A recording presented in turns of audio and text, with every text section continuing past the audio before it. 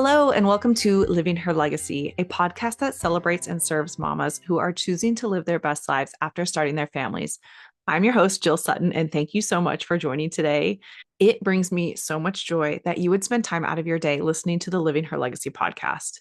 This episode will be on YouTube, so if you feel like watching it instead of listening to it, head on over to YouTube at Jill G. Sutton and you can watch episode 2. It's crazy that, all of this is coming together, I feel like, this year. This is episode number 2 of what I'm calling season 3 or year 3. And I feel like I've learned a lot along the way. Year 1 was 2023. I was so excited that I didn't miss a single week of podcasting. I went 52 weeks straight without missing a beat. 2024, I did about 5.5 months, and about a month before I was due with our third child, I just quit podcasting completely. I just didn't have the bandwidth for it. And I wanted to just spend time with my family. And that served me in that time. So here's year number 3. I'm about 5.5 months postpartum, and I'm tweaking a few things because I've learned a few things along the way. I'm learning and growing, and this podcast is going to slowly develop into what it's meant to be. I started it because I really wanted to reach women that have gone through the pivotal change of motherhood and are finding themselves again and finding even more success after starting their families.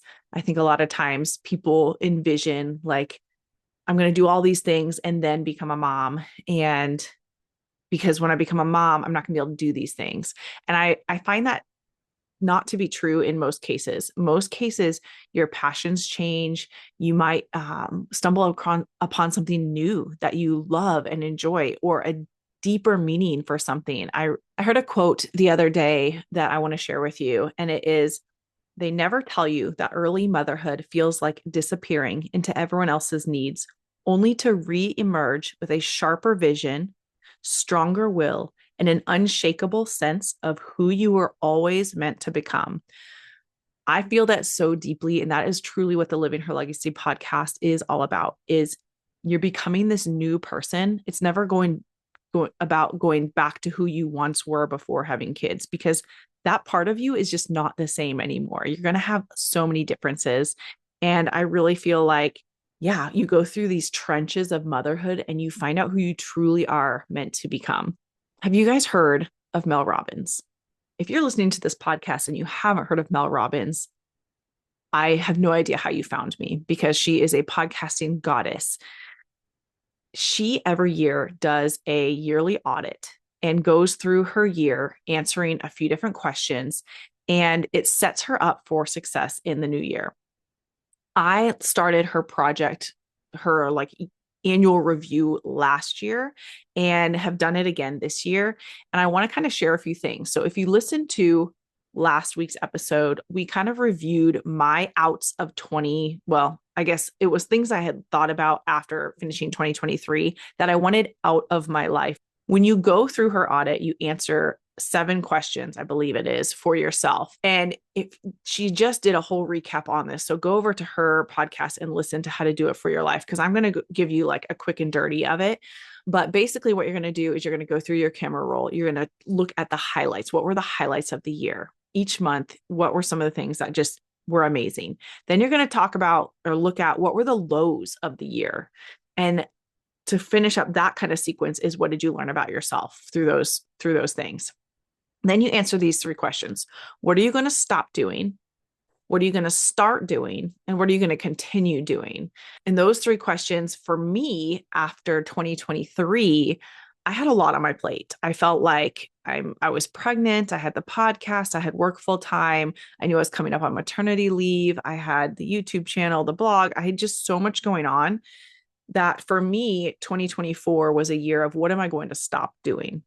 And I went through 10 things that I was going to say goodbye to in 2024. And that was my last week's episode. So if you haven't listened to that, you can check that one out later. But what I finished with that was, this year, I want to do some ins and outs, some ins, some outs. So that's kind of the trending thing, is what's coming in for this year, what's coming out for this year. What are some things you're going to focus on? And with this Mel Robbins kind of system of going through your year in review, it gets you a starting point and sets you up for success for this new year. Sometimes new year will look like doing less. Sometimes the new year will look like doing more. It all depends on where you're at. And you really have to do an audit of your life and the year before to see kind of where you're at. The last thing on her list of questions to do is what can you do today to take the first step in what you need for your life? Each person is going to have an individual, game plan for what their year is going to look like. Like I said, me last year, it was getting rid of stuff. I didn't add anything to my list last year. I said no to a lot of things. And honestly, I could probably do that again this year. I feel like we as a society in America, it's just do, constantly have something on your schedule, constantly be busy, constantly be tired. That doesn't serve us very well. And now that I'm a mom of 3, working full time with a husband, like I need to realize that some things I have to say no to. I love to be doing things, but it just doesn't always work. So this year, I have a list of ins and a list of outs. And I'm going to give you just surface level what those are this week and let you know my plan for kind of accomplishing these, because obviously I cannot focus on like 10 or 20 tasks every day for the entire year. That's exhausting. That is not something that's in my bandwidth. I like to take off a chunk at a time. And obviously, we want to set ourselves up for success. So hopefully, this is something that you can jive with that might help you when you're setting your ins and outs. I did ask you to do that last week. So if you didn't, you still have time. Write down a few things that you want to focus on this year and a few things that you want to be done with this year. For me, I'm going to start with my outs and just kind of go through I just kind of made a list of 10 outs and 10 ins, which again is a lot. But okay, so my outs are going to be impulse buying, analysis paralysis, or like perfectionism with whatever I'm doing, content creation, my postpartum class, things like that. So analysis paralysis or stalling. Number 3, blaming my kids for my anger or frustration.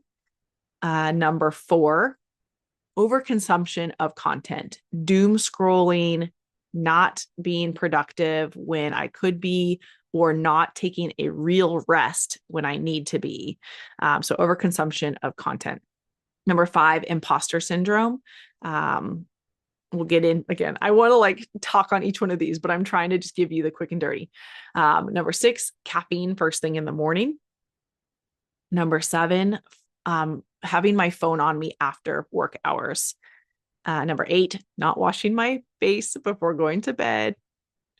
Number 9, fast fashion. And number 10, alcohol. So those are 10 things I'm saying goodbye to this year. I'm going to try to get those out of my life as much as possible, right? We're not going to be perfect. I think one thing that we are so kind of brainwashed with our society also is this all or nothing mentality that I hate to say it, but 75 hard. If you miss a day, you have to start over. The initial premise of Whole30 was the same way. If you missed a day or you messed up on a day, you started from day one. It was kind of this all or nothing. You had to have it perfect. Well, in reality, we aren't perfect people and we're going to mess up. I actually started the year off really well, started eating well. I started moving my body every day. Yesterday was a complete disaster. What I would call it, a complete disaster. I ate sugary cereal and I had a bag of popcorn because I just craved popcorn. I didn't walk on my walking pad. I didn't do any type of strength training. I did nothing in my mind. But you know what? That was after 8 straight days of eating really clean, eating really good, working out, doing 10 minutes of lifting every single day, doing anywhere from 30 minutes to an hour on my walking pad every single day for 8 days in a row, straight, no break. So again, you need those little rest breaks, but perfection is not possible. Perfection is not possible. What we need to think about is that 1% better every day. And so those are my outs for 2025. What are my ins? Okay, we're going to go through these really quick. And again, I just want to kind of give you this quick, short episode that you can kind of like think about, start doing for yourself, and a digestible episode. That's the word I'm looking for. A short, digestible episode, because in the past, I've gone long winded and I've had long interviews that go well over an hour. And I really want to give you guys something that is digestible, something that you can take with you and go and do now. So, okay, ins, decluttering, but with a plan. Number 2, moving my body. Number 3, getting in the physical Bible. Number 4, getting to church in person. 5, planned family time and travel. 6, red light therapy this year. 7, expanding my gratitude practice. 8, unfollowing and unsubscribing.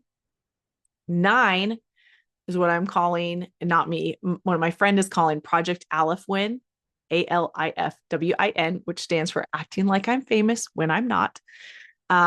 We'll get into this later. And number 10 is budgeting again. So those are my ins. Like I said before, doing 20 things, trying to focus on 20 things, getting rid of certain things, pulling in certain things, that's nearly impossible to do every day, all year round. So what my goal is going to be is to take a few of those per quarter and work on those for that first quarter, January, February, March, first quarter of the year. These are the things I'm going to focus on. And I want to go through maybe just a few that I'm going to focus on now, because I want you guys to have like a tangible step, like I said. So for me, I'm going to be focusing on decluttering with a plan. I'm going to be increasing my walking because we're headed to Disney World at the end of March and I need to be able to get around those parks. Number 3, impulse buying, getting rid of impulse buying. And I guess coinciding with that is I'm starting to budget again. And most of that is because of that trip. If you guys haven't been to Disney World in a while, it's expensive. And if you don't know me personally, I am a different person when I vacation. It's yes to everything. I have a really hard time saying no. I want to buy everything. And honestly, a little bit of that trickles into my everyday life, which is why I have a lot of these like frivolous purchases where I'm going to just try to really stop with the impulse buying, because I want to have a pocket of money when I go to Florida and be able to spend it and not feel like we are going to be going broke for the next 3 months. Another thing you might not know about me, which we're going to get into a money conversation. I actually interviewed a woman last year about finances and money, and her name is Eileen Joy, and I have edited most of the episode. I just haven't got it out to you guys, but I want to talk a little bit about finances this year. But we have been debt free for the past 7 years. And it's an amazing feeling. So anytime we go on these trips, the money that we spend is money that we have set aside for these trips. It takes out so much of the stress of things that I really feel like it's important for any family to try to get on a budget, to try to be able to still do enjoyable things, but with maintaining like a financial plan and not going into debt to stress you out for the next, who knows how long it's going to take for you to recover financially. And then the last thing would be getting to church. Okay, so the things I'm focusing on: decluttering, increase my walking and working out steps, things like that. No impulse buying, which also means budgeting, and then getting to church in person. The last time we've been to church in person was when Jet was born in July. So it's been almost 7 months. And it's time to get back into church, into the building. We've been watching it online, but it's just not the same as when you get there in person. What I would recommend you guys to do is to listen to that Mel Robbins podcast on how to audit your previous year. Again, it's 7 questions that you're going to ask yourself. You're going to look through your phone, have your phone handy, which again, I know that's one of the things I want to get rid of, is having my phone around too much. But for this time audit, you want your phone so you can look back at photos, because it's going to help jog your memory of like what went well, what didn't go well, how you can improve on this in the new year. And remember that progress doesn't have to be adding things and doing things perfectly. Progress could be taking things out of your life and starting with a fresh slate, not doing as much, saying no to something, unsubscribing from something. And I highly recommend you listen to that episode. I'm going to tag it below in the show notes that you can listen to it. Go back and listen to my previous episode last week where we kind of just review my outs, because again, if you don't do an audit or if you don't review these things, you don't really have a starting point or know where you're at. Mel Robbins uses this example in the episode where she says, if you're lost and you're trying to find a place, you call a friend, you say, hey, help me get to your house. They're going to say, okay, where are you at? They need to know your location in order for them to be able to give you directions on where to go. So highly recommend listen to that episode.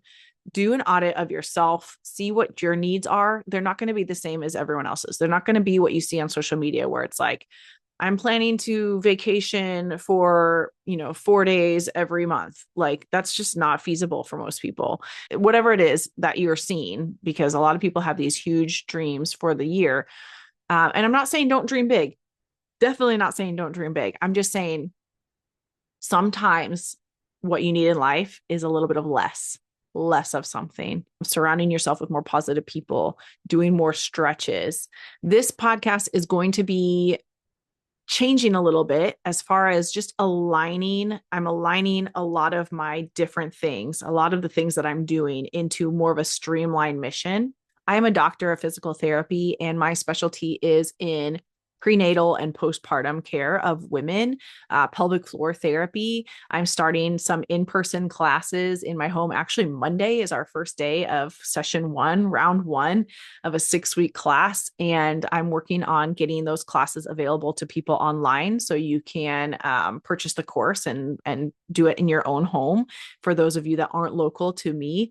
And part of my mission is going to be aligning my podcast and my blog and the YouTube all together so that I can have resources in the area of my expertise to give to mamas. I want to serve you guys. I want to be able to give you free information, as well as obviously a paid tier, because I want to make a living out of this as well. I want to be able to serve you guys and get you information. And part of that is tweaking it a little bit to be more streamlined, so I'm not running all over the place. So this podcast, yes, it's going to still be a place that celebrates and serves mamas who are choosing to live their best lives after starting their families. It's also going to be pregnancy care, postpartum care, pelvic floor care. It's going to be parenting. It's going to be traveling. One of my passions is traveling to Disney. It's really hard to combine pelvic floor physical therapy with a passion for Disney. Those two things are hard to connect because you don't want a kid or someone that's an inappropriate age listening to this wonderful information on Disney and then hear about like pelvic organ prolapse. So again, I'm still trying to figure out how the best way to combine that is. But on this podcast, it's going to be pregnancy, postpartum, and parenthood, or parenting. And we're going to kind of have all 3 of those areas covered so that I can serve my audience as best as I can. And I can not be distracted by not being able to get enough work out and things out to you guys. Cause I want to get this out to you. we're going to talk about cortisol levels this year. We're going to talk about belly fat and pooching this year. We're going to talk about urinary incontinence. We're going to talk about budgeting. We're going to finances. We're going to talk about how to travel with a family. We're going to talk about stress and how to manage it. We're going to talk about breath work and connecting with your pelvic floor. So if you're here for it, I'm here for it. I'm hoping that this is serving my people. I want you here if you want to be here. If you want more information, sign up. Go to jillgsutton.com. There's a little pop-up for an email list. Get on that email list. I send out an email every week, and I want to be, again, providing free information for you guys, information that's going to help you in your day-to-day. All right. Still haven't thought of a catchphrase yet, but it's coming up soon. So if you guys have an idea for a catchphrase at the end, let me know. I know, I don't know if you guys have seen Dope Dads on IG or TikTok or wherever he's at, but I feel like he's stolen my line. So Living Her Legacy is my podcast. And now he says, live your legacy, at the end of every post that he does. And that's something that I used to say, like, go out and live your legacy. Like, you should be living in your legacy now. Like, you're creating it. What you do day to day matters. So anyway, if I can say that, live your legacy, I started it, right? I love you guys, and I'll see you next week.